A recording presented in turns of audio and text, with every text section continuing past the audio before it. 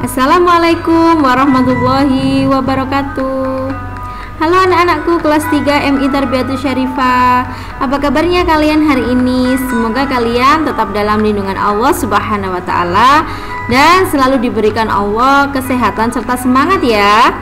Nah, sebelum video pembelajaran ini dimulai oleh Vika, mari bersama-sama kita baca basmalah agar ilmu yang kita dapatkan meskipun sedikit tapi selalu berkah dan manfaat. Bismillahirrahmanirrahim.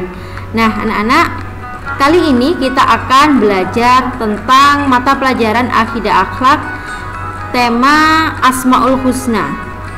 Nah, kemarin kita telah belajar Asmaul Husna tentang Ar-Razzaq yang artinya Allah pemberi rizki. Nah anak-anak, Allah pemberi rizki kepada semua makhluknya untuk memenuhi kebutuhan hidupnya. Tidak hanya berupa uang. Nah, kita diberikan kesehatan, bisa bernafas, bisa berkumpul dengan teman-teman, bisa hidup, itu merupakan rizki dari Allah. Nah, sekarang kita akan belajar tentang Al-Wahhab. Sebelumnya kita cari tahu dulu apa sih Asmaul Husna itu. Allah Subhanahu wa taala memiliki 99 nama baik dan mulia. Ya, ini disebut dengan Asmaul Husna. Nama-nama yang mulia ini menandakan sifat yang dimiliki oleh Allah Subhanahu wa taala. Asmaul Husna bisa dibaca ketika selesai sholat atau dibaca di saat tertentu. Nah, biasanya kita baca saat kapan? Ada yang ingat? Oke, bagus sekali. Kita baca saat sebelum belajar. Umat Islam sangat dianjurkan membaca bahkan menghafal Asmaul Husna agar hidup selalu berkah dan terlindungi. Nah, ini adalah manfaatnya anak-anak. Jika kita akan belajar, kita membaca Asmaul Husna, insya Allah ilmu yang akan kita dapatkan selalu berkah. Dan saat kita mencari ilmu, kita dalam lindungan Allah Subhanahu wa ta'ala.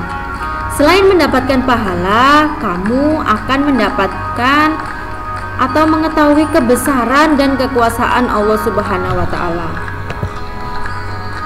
Nah anak-anak, dalam Asmaul Husna yang berjumlah 99 antara lain ada Al-Wahhab yang artinya Maha Pemberi Karunia.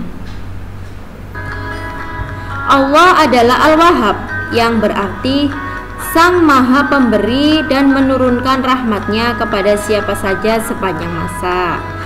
Dia memberi dengan ikhlas tanpa mengharapkan imbalan. Allah Subhanahu wa ta'ala adalah dermawan tanpa membeda-bedakan. Dia memberi untuk mereka yang membutuhkan ataupun tidak membutuhkan, kepada mereka yang baik ataupun jahat. Jadi Allah itu anak-anak tidak pernah membedakan makhluknya. Allah memberikan karunia-Nya kepada semua makhluknya, baik yang jahat maupun yang baik, baik yang miskin maupun yang kaya. Allah selalu memberikan karunia-Nya, tidak pernah membeda-bedakan, karena Allah Subhanahu wa ta'ala adalah dermawan. Anak-anak, Al-Wahhab juga dijelaskan pada Al-Quran surat Sad ayat 35 yang berarti, ya Tuhanku, ampunilah aku dan anugerahkanlah kepadaku kerajaan yang tidak dimiliki oleh seorang jua pun sesudahku. Sesungguhnya Engkaulah yang Maha Pemberi. Nah, dalam Al-Quran ini sudah jelas jika Allah itu adalah Maha Pemberi. Tiada yang Maha Pemberi kecuali Allah. Dan ada juga dalam surat yang sama dalam Al-Quran ayat ke-9 mengatakan bahwa, atau apakah mereka itu mempunyai perbendaharaan rahmat Tuhanmu yang Maha Perkasa lagi Maha Pemberi. Nah, di sini dijelaskan lagi jika Allah itu Maha Pemberi, anak-anak. Tiada yang Maha Pemberi kecuali Allah. Juga disebutkan dalam surat Ali Imran ayat 8, yang artinya, ya Tuhan kami, janganlah Engkau jadikan hati kami condong kepada kesesatan sesudah Engkau beri petunjuk kepada kami, dan karuniakanlah kami rahmat dari sisi Engkau, karena sesungguhnya Engkau Maha Pemberi karunia. Di sini sudah jelas ya anak-anak ya, jika Allah itu adalah Maha Pemberi karunia.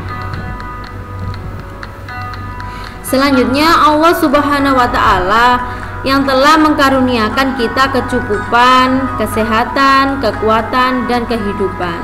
Nah, bayangkan anak-anak, jika ada satu saja yang dicabut oleh Allah, misalnya kesehatan kita, apa yang akan terjadi?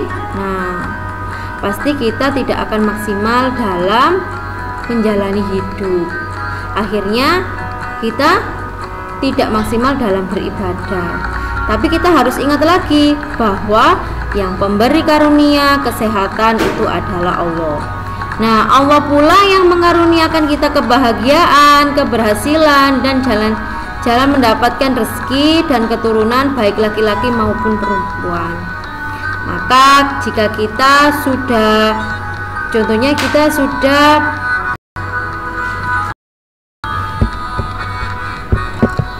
di sini Bu Fika mencontohkan, jika kita sudah berusaha semaksimal mungkin dalam belajar, nah tapi kita kok belum berhasil, berarti Allah belum menitipkan karunia-Nya kepada kita. Akan ada waktunya dengan sendirinya nanti. Begitu pula dengan rezeki ataupun keturunan baik laki-laki maupun perempuan. Nah, anak-anak, di sini Bu Fika memiliki cerita, yaitu ada contoh kisah yang menunjukkan Asmaul Husna tentang Al-Wahhab. Ini ada pada LKS anak-anak sekalian di halaman 14. Di sini Bu Fika akan menceritakan sedikit tentang Nabi Ibrahim dan istrinya Siti Sarah yang berusia sudah sangat tua. Namun Nabi Ibrahim dan istrinya belum juga dikaruniai anak. Meski demikian, mereka tak pernah menyerah. Mereka selalu berdoa kepada Allah untuk memohon dikaruniai seorang anak.